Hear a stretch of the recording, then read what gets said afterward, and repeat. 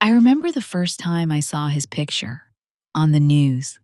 Black and white, grainy, a face that looked more like a stone carving than a man. They called him Il Ragioniere, the accountant. They said he had replaced a monster. They said he was quieter, smarter, more patient. They didn't say he was my husband. My name doesn't matter. If you grew up where I did, in the small Sicilian towns, where the air is heavy with silence and secrets, you learn early that names can be dangerous. Names tie you to people, and people disappear. So, for now, I'll just be his wife. The wife of Bernardo Provenzano, the man the world knew as the boss of Cosa Nostra. The man I knew as the one who left crumbs on the table and folded the corner of every newspaper. The man who pressed his lips against my forehead and whispered, "Non ti preoccupare, piccerita." Don't worry, little one. I will fix everything. He fixed many things. He broke far more. And this is the story I have carried inside my chest like a shard of glass for decades. If you're watching, listening, reading, remember one thing. No woman ever truly knows the man the world fears. We only know the one who comes home at night, or, in my case, the one who stopped coming home at all. 1. The boy with the quiet eyes. Before he was a legend, before he was a ghost, before his name made journalists lean forward and police officers lower their voices, he was just a boy from Corleone with quiet eyes. You know the type. The ones who linger in the back of the room. Not because they are shy, but because they are watching, measuring, weighing. I was 17 the first time I saw him in the piazza. It was May, and the air smelled like oranges and gasoline. Men sat outside the bar with their espresso and cigarettes. Women talked near the fountain, and children chased a deflated ball. And then there was him. He stood near the church steps, hands behind his back, listening to an older man talk. He barely moved, barely blinked, but his eyes, those eyes missed nothing. My cousin nudged me. "Guardalo," she whispered. "Look at him. That's Provenzano. They say he's with them now." Them. We never said the word. You didn't have to. It hung over everything. I pretended not to care. I rolled my eyes, acted bored. But something about him pulled at me. Not the danger, not the whispers, but the stillness. The way he seemed to stand on the edge of every moment, ready to step in or vanish, depending on which way the wind blew. A week later, we met properly, not in a bar, not at a party, at church. Because, of course, we did. I was lighting a candle when I felt someone behind me. I turned and almost bumped into him. That same boy, that same unblinking gaze. Up close, he looked older than his years. Not in his face, but in his eyes. "Scusa me," he said softly. "Excuse me." I nodded, unable to find words. He lit a candle beside mine. The flame flickered between us, bright and trembling. "For your family?" he asked. I hesitated. "For my brother." Something flickered in his eyes. "He's gone?" "Germany," I said. "Work?" "It's almost the same."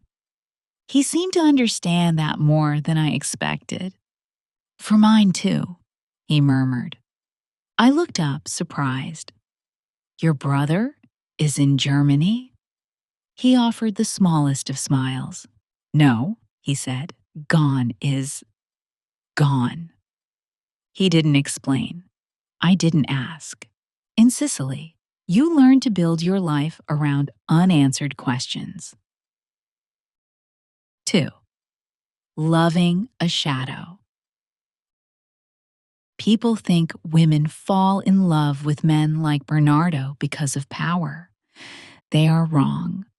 I fell in love with his quiet, with the way he would walk me home from church, saying little, listening to everything, with the way he remembered the smallest details, the date my father lost his job at the mill, the color of the dress my mother wore to my first communion, how my grandmother's hands shook when she poured coffee. He noticed. He remembered. In a world where women were told to be silent and invisible, there was something intoxicating about a man who looked at me like I mattered. He never bragged, never boasted about who he knew. But gradually, I noticed things. The older men who stopped talking when he walked by, and then nodded, respectful.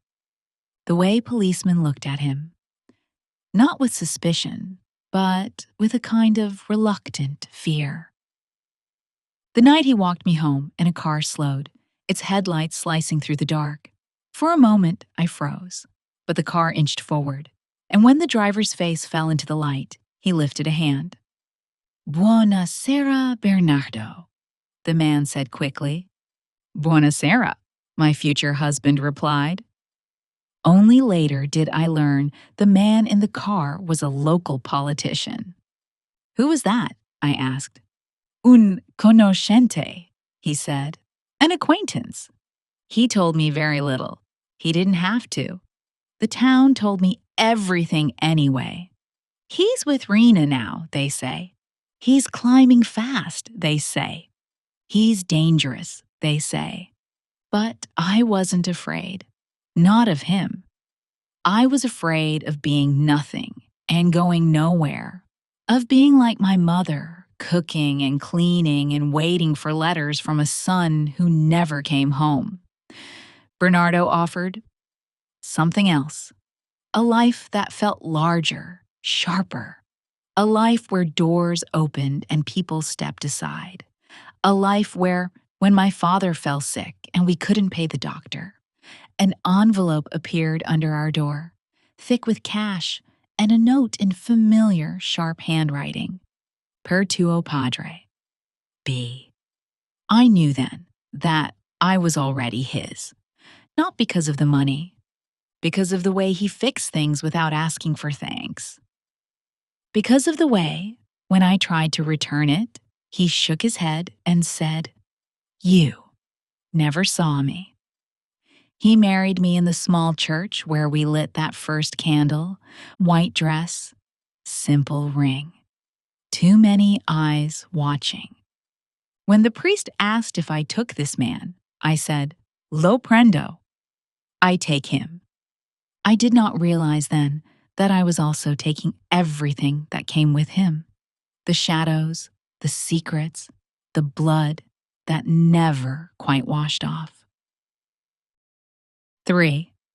The life he built in silence. You hear stories about mafiosi, the flashy ones, with their suits and their cars and their loud laughter. Bernardo was not like that. He moved in whispers. When the beast, Reina, was the name on everyone's lips, my husband was the one in the background, the one people underestimated.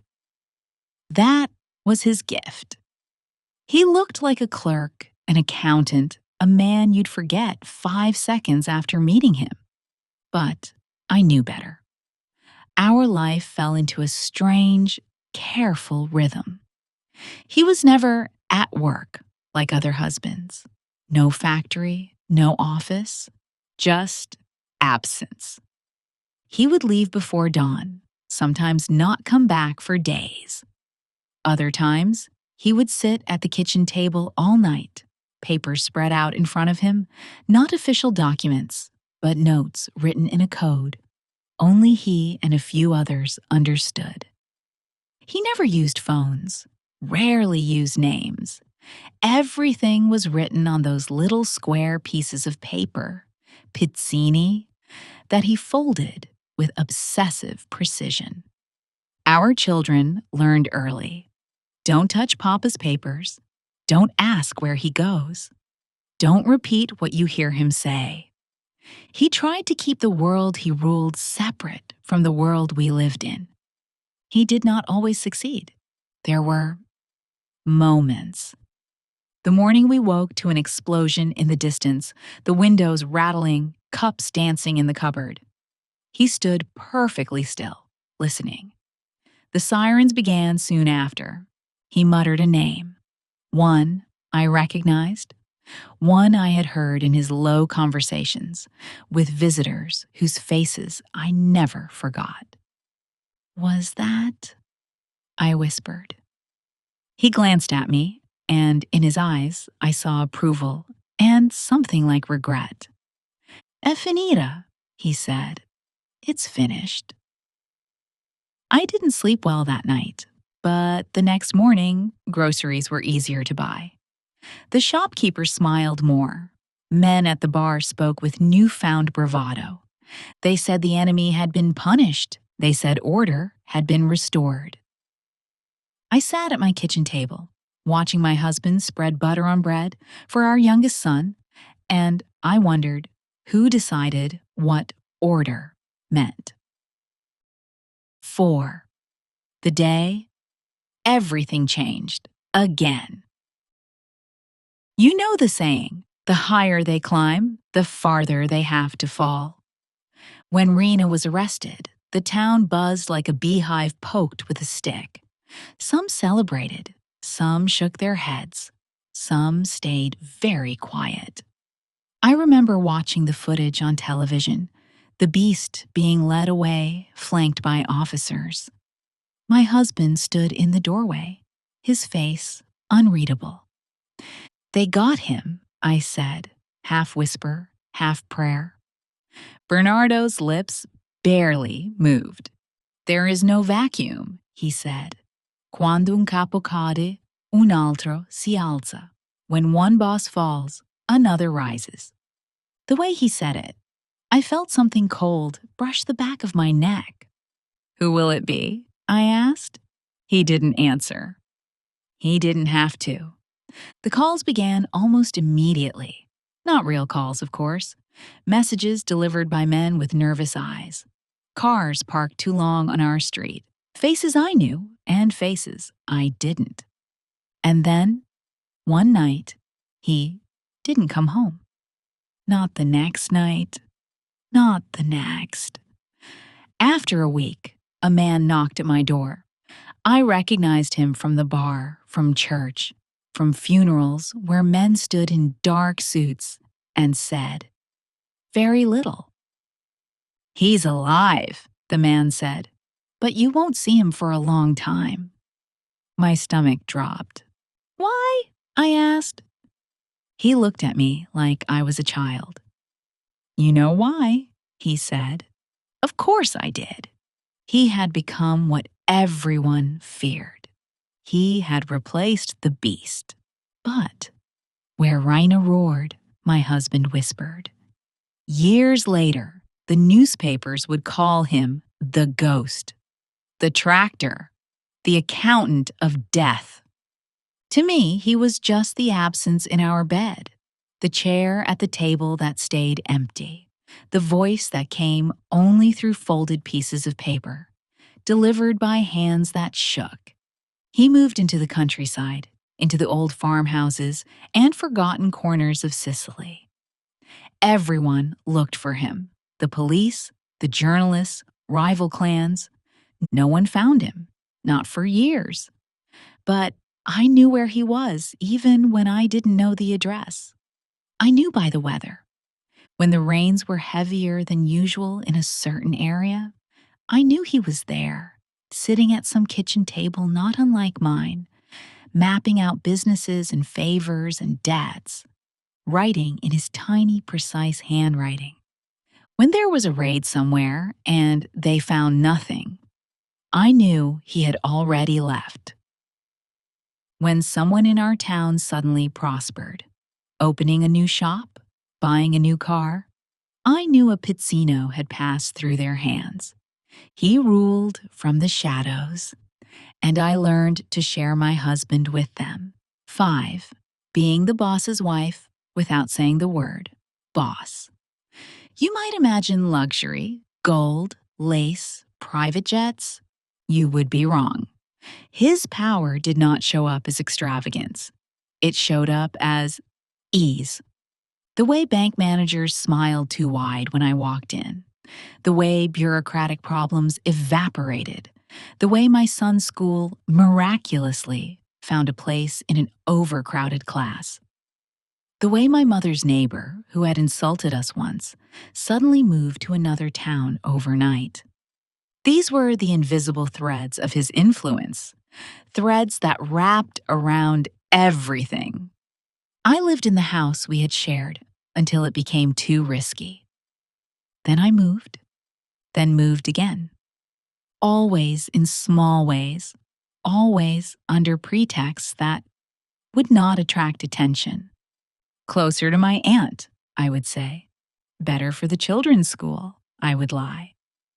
But the truth was simple. The closer the police got, the farther I had to move. Sometimes, a neighbor would lower their voice and ask, "Have you heard from your husband?" I'd shrug, eyes downcast. "No," I'd say. "He left." He was a difficult man. They would nod with sympathy. Men, they would sigh. They never know what they have. If only they knew. I learned to live in layers. On the surface, a woman whose husband had abandoned her. Underneath, a woman whose husband ruled an empire of fear and loyalty from some hidden farmhouse an hour away. The children grew up in the shadow of a father they rarely saw. When they were barely old enough to understand, I gave them the script. If anyone asks about Papa, I told them, you say he went away for work. What work? My son asked. Farming, I said. He laughed. Papa doesn't like cows. Exactly, I replied. That's why they'll believe it. They did.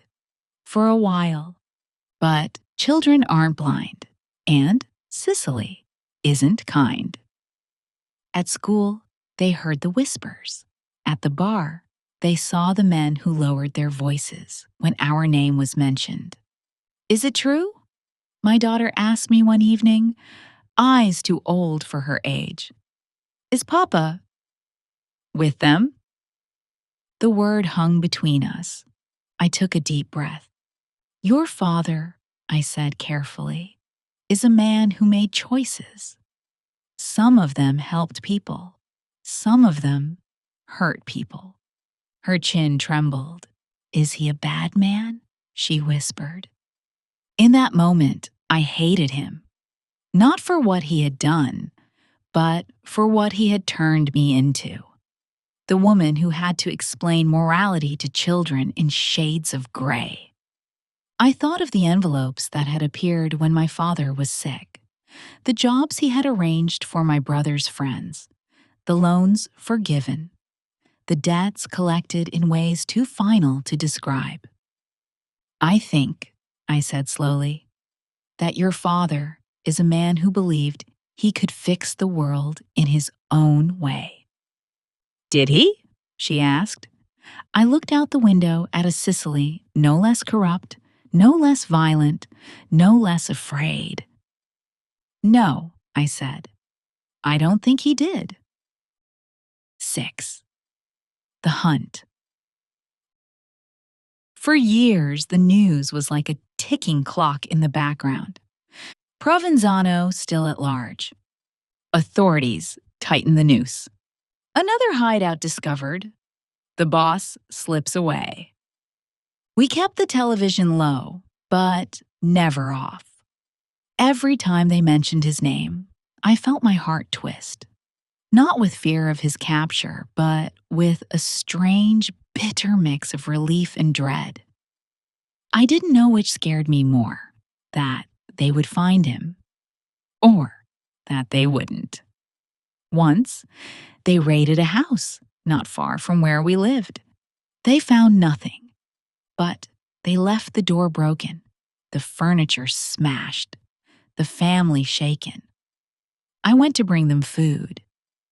We didn't even know him, the wife sobbed. We just rented this place. They say he was here, but I never saw him. Maybe she was telling the truth. Maybe not.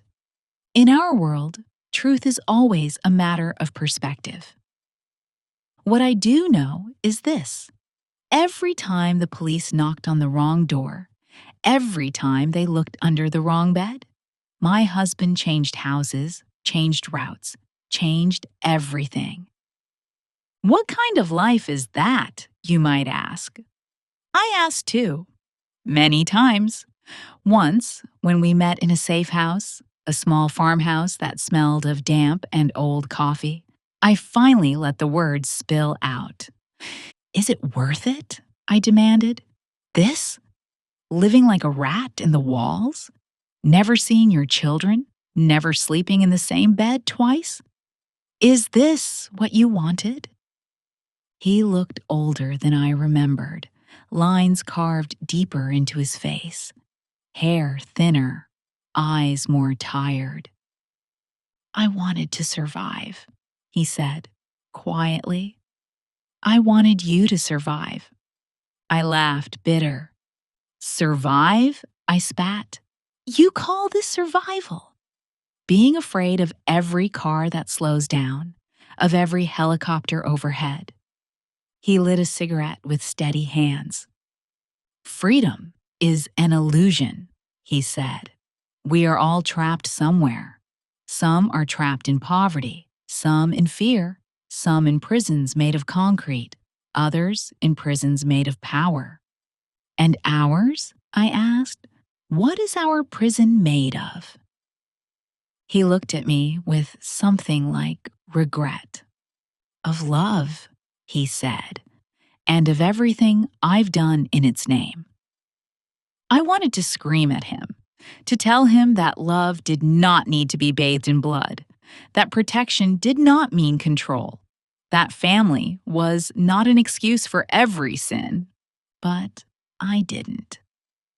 Because despite everything, despite the empty chair and the lies and the raids and the whispered names of men who never came home, I still loved him. And that was my prison. 7. The day the ghost was caught. April 11th, 2006. I remember the date the way other women remember their wedding anniversary. By then we lived in yet another house, in yet another town that pretended not to know who we were. The children were grown. One had left Sicily altogether, trying to build a life outside the shadow of their father's name. The other stayed, stubborn, insisting that if we ran from our past, we would never stop running. It was a Tuesday. The day started like any other, which is to say, with tension threaded through the most ordinary tasks. Coffee, bread, the hum of the refrigerator, the sound of a motorcycle passing too slowly outside. I was hanging laundry when I heard it. The staccato roar of multiple engines, cars, many of them. My heart made that familiar, sickening jump. I stepped to the window. Police, not a casual patrol, not a random check. This was a swarm. They weren't coming to my house, not yet.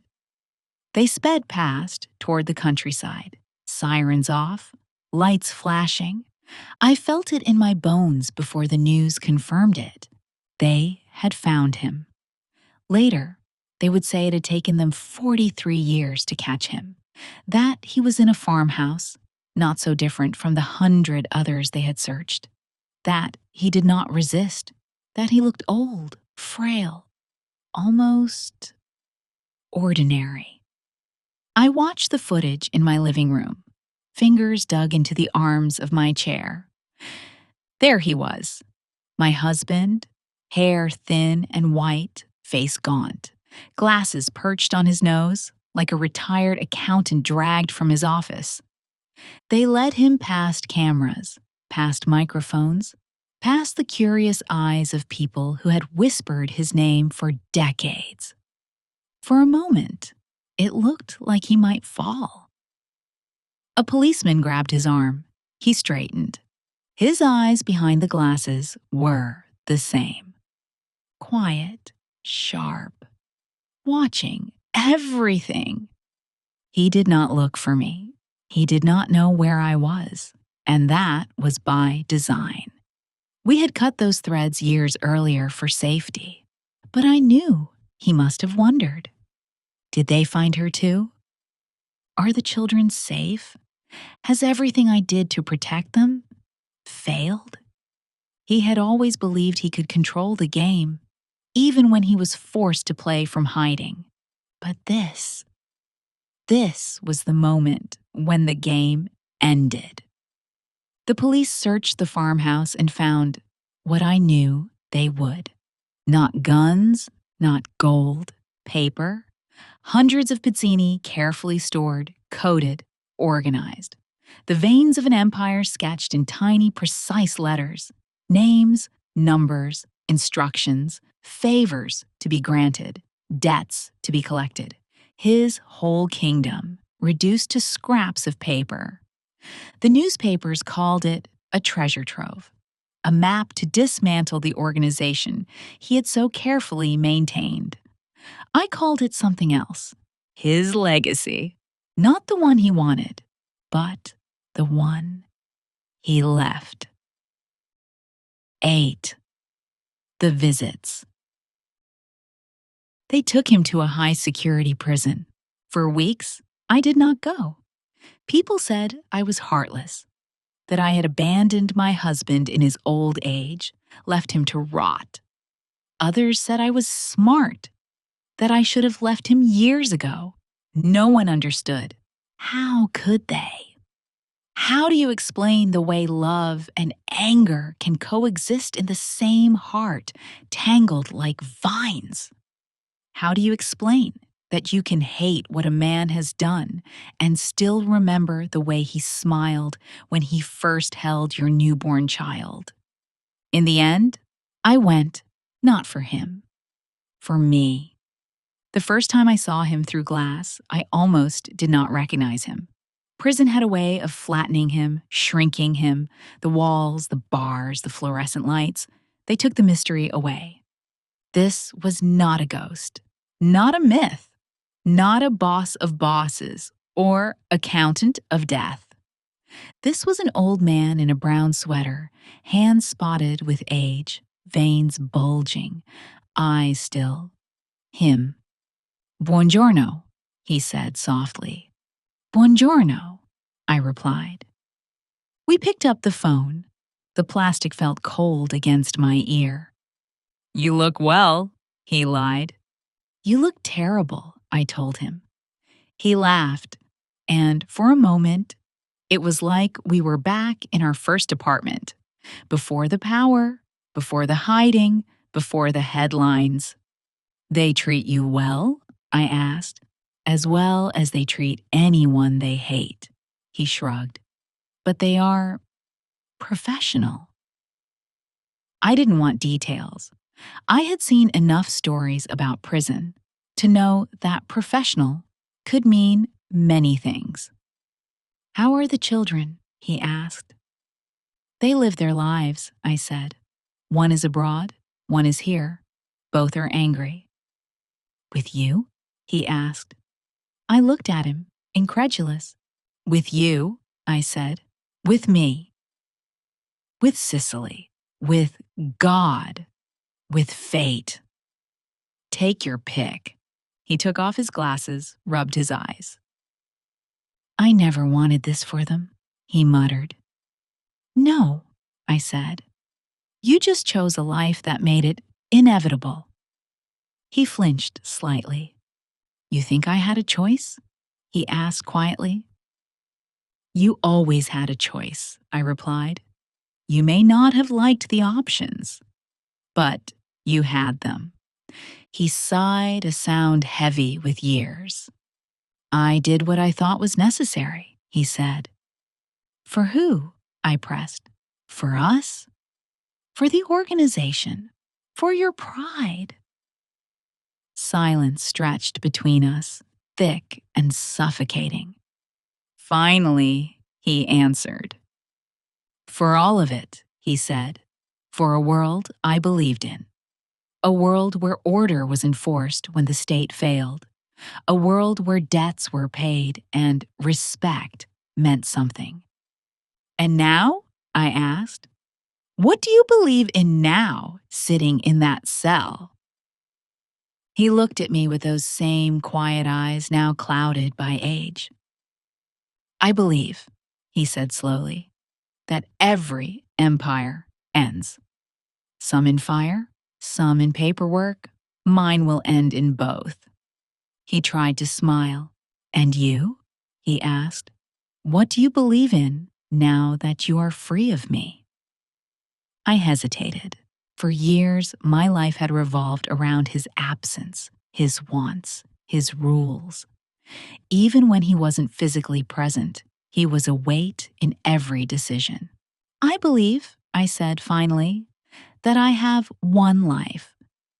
And I have spent most of it loving a man who belonged to everyone but me. He swallowed, his jaw tightening. Low so, he murmured. I know.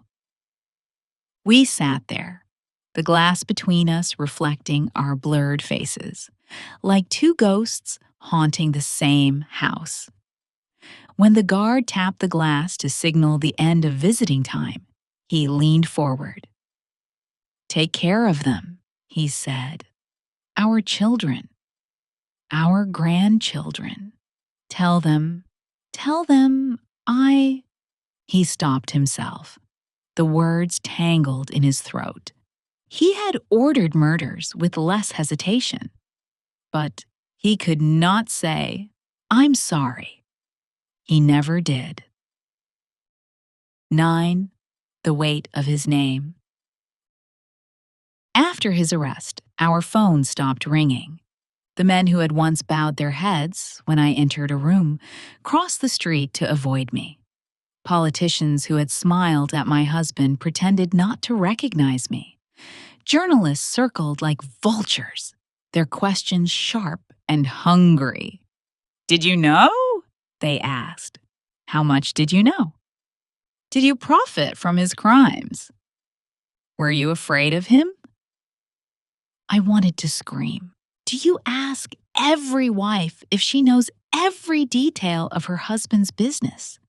Every late invoice, every unethical decision, every corner cut. Oh, but that's different, isn't it? This is Mafia. This is romantic, cinematic, soaked in cheap cigar smoke and gunpowder in your imagination. You want me to tell you I knew it all and loved him anyway. Or that I knew nothing and was an innocent lamb. You want a simple story. You will not get one. Here is the truth. I knew enough. Enough to know when his hands were stained. Enough to know when a man at a funeral was there by his design. Enough to know that when a certain family suddenly left town, they had not done so voluntarily. But I also knew this man. The one who sat with our son when he was sick, reading him stories in a low voice. The one who helped my mother to the bathroom when her legs gave out. The one who brought home fresh figs in his pockets, because he remembered how I loved them as a girl. Both men lived in the same body, and I was married to both. That is the weight of his name. In the street, I would hear it spat like poison. In my heart, I heard it whispered like a prayer I didn't know whether to trust. Provenzano. For some, his capture meant justice. For others, it meant the end of something they believed in, twisted as that belief might seem. For me, it meant this: no more waiting for footsteps that might be his. No more flinching at sirens. No more pretending our children's father was just away for work. He was no longer a ghost. He was a prisoner. And in that strange transformation, I found a sliver of freedom. 10. The last time I saw him. It was a few years before he died. By then, his health had deteriorated. The newspapers said he was no longer the powerful puppet master, just an old man fading in a cell. Some argued he should be released on compassionate grounds. Others argued he deserved to die where he was. I went to see him one last time, against my better judgment. The prison smelled of disinfectant and despair. The guards knew me by then. Some were courteous, some were not. They led me to the visiting area. He was wheeled in, a wheelchair. The man whose name had once made grown men tremble now needed help to sit upright. His hands shook, his eyes were cloudy, but when he saw me, something like recognition flickered. "Say too," he whispered. "It's you." I sat down, picked up the phone. "It's me," I said. We talked of small things at first: the weather, the grandchildren, the town. He asked about the lemon tree in our old garden. "And Coralie?" he asked. "Is it still there?" "Yes," I said. "It still gives fruit." He closed his eyes as if picturing it. That tree we had planted together in the early days, when we still believed we could grow something sweet in a bitter soil. There was a long silence. "I have been thinking," he said finally, voice thin, "about the word regret." I blinked. "You?"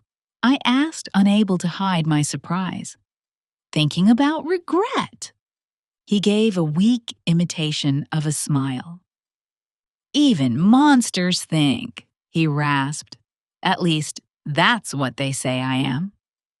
"What do you regret?" I asked. He stared at his spotted hands. "I regret," he said slowly, "that I could not keep my worlds separate." I frowned. "What do you mean?" "I thought," he said, "that I could build a wall between what I did outside and what I was at home. That I could be the man they needed and the man you loved." He shook his head, the movement barely perceptible. "But walls crack," he continued.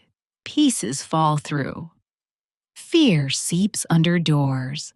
Blood leaves stains." Images flashed in my mind. The night our son came home, bruised because someone at school had called him son of a mafioso.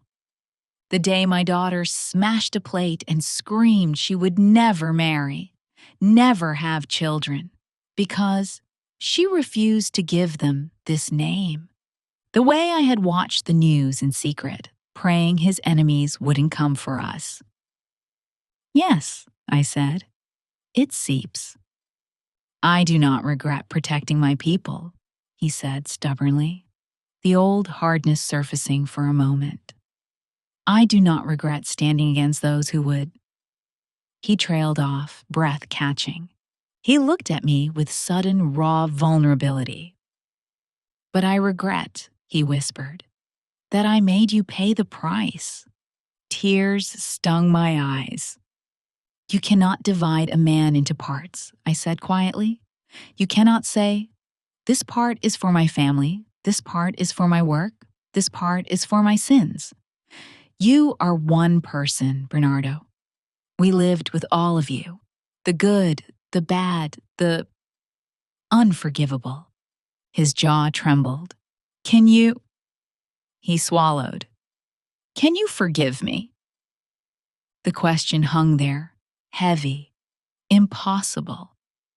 I thought of the years, the fear, the lies, the empty chair.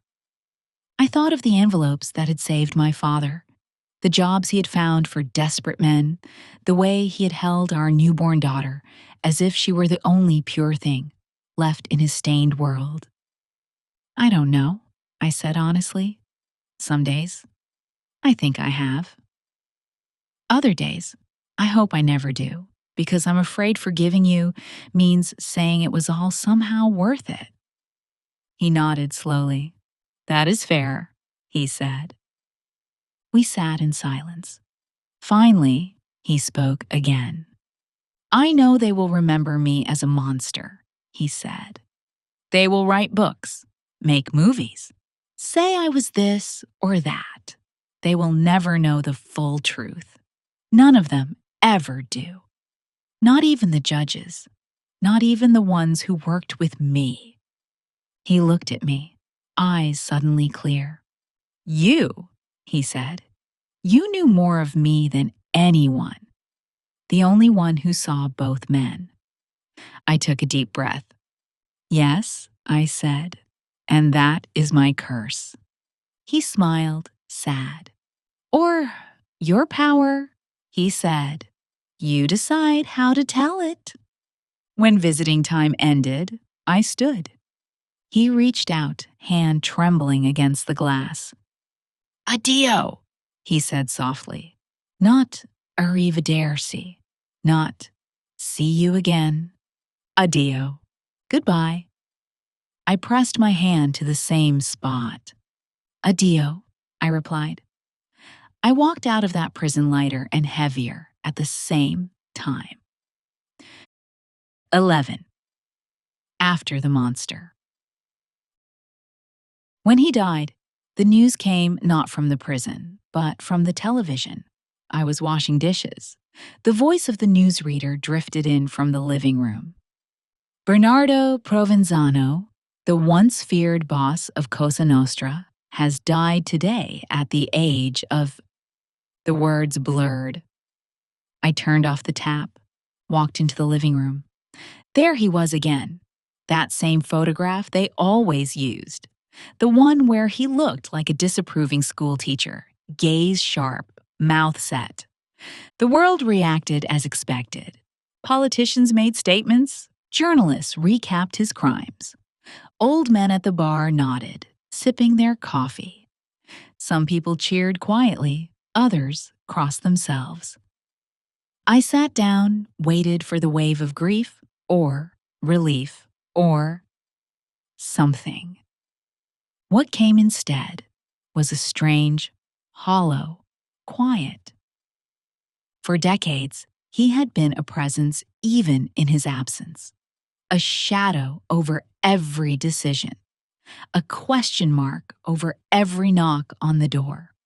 Now, that shadow had gone. Just like that. The phone rang. It was my daughter. Mama, she said, voice tight. Have you heard? Yes. Silence. What do we do? She asked like a child again. I looked around my small kitchen. The worn table, the chipped cups, the lemon I had cut for tea. We live, I said. We keep living. He had taken much from us, but he had not taken that, not permanently. The world moved on.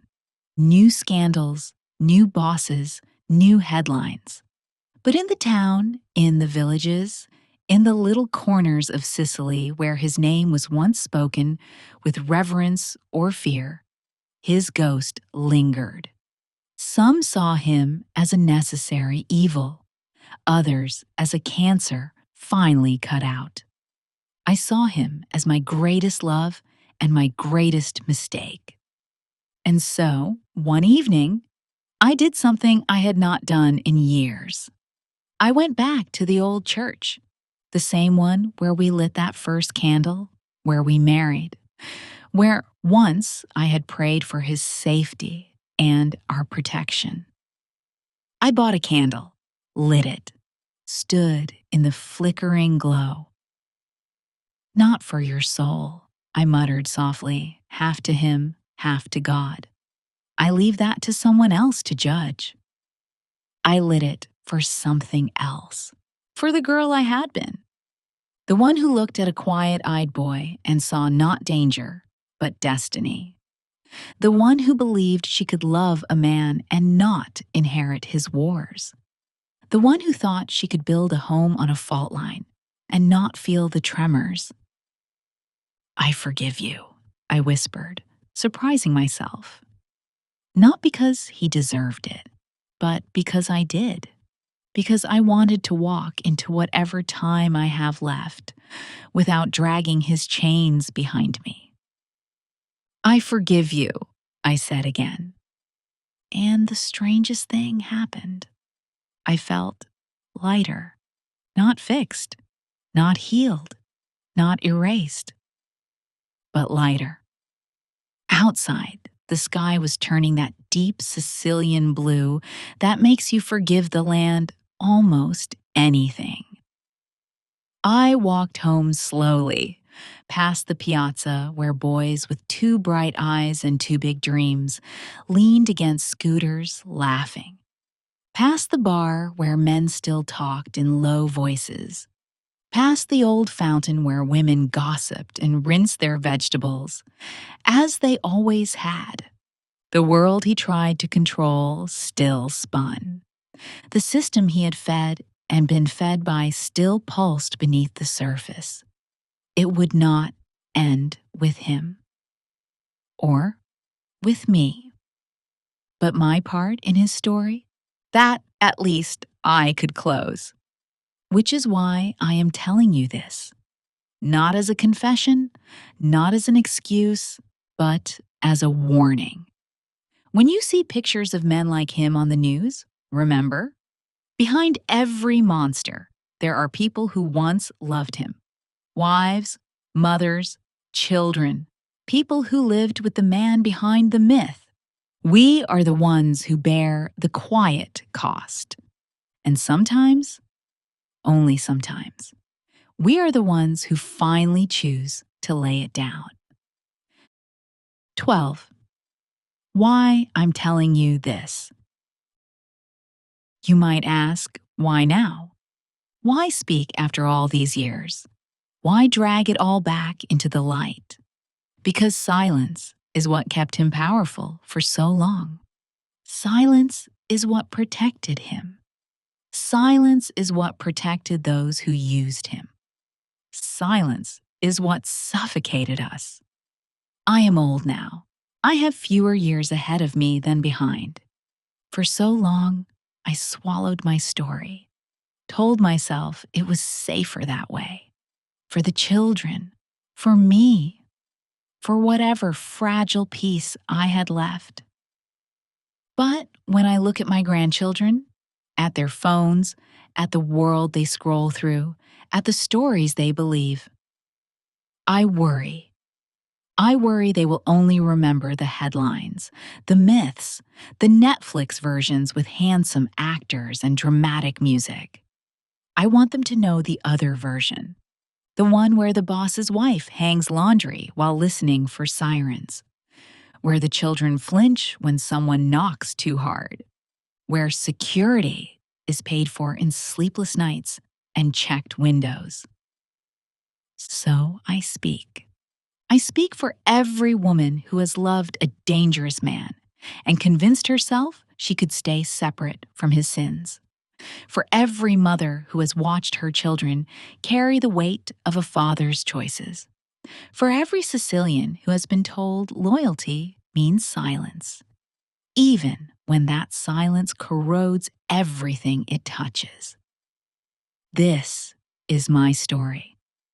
The story of the man the world knew as Bernardo Provenzano. The story of the woman who stood beside his shadow and tried, desperately, to find the edges of her own. You want to know what it was like? It was like loving a ghost who could move mountains with a whisper, a ghost who could make money appear and people disappear, a ghost who believed he was protecting us, even as he built the cage we lived in. Would I do it again if I could go back? If you had asked me that when I was 17, standing in that church with a candle, I would have said yes without hesitation. Ask me now? Number. I would tell that girl to run, to choose the boy who is simply kind, not powerful, the one whose hands smell like engine oil or flour, not gunpowder and fear, the one whose name, when spoken, tastes like joy instead of danger. But I cannot go back. All I can do is speak to you, to them, to anyone who will listen. So here it is, laid bare. I was his wife. I watched him rise from a quiet boy in the piazza to the invisible ruler of an empire built on fear. I watched the police hunt him, the world speculate about him, the judges sentence him. I watched him grow old in a cell, and I watched him die on a television screen. And in the end, I realized something simple and terrible. The real prison was never the one with bars. It was the one he built inside all of us. And the only way out was to stop loving the ghost more than I loved myself. That is the truth. That is my freedom. And now that you know, maybe, just maybe, some other girl lighting a candle in some other church will hear this and make a different choice. Maybe. I can only hope.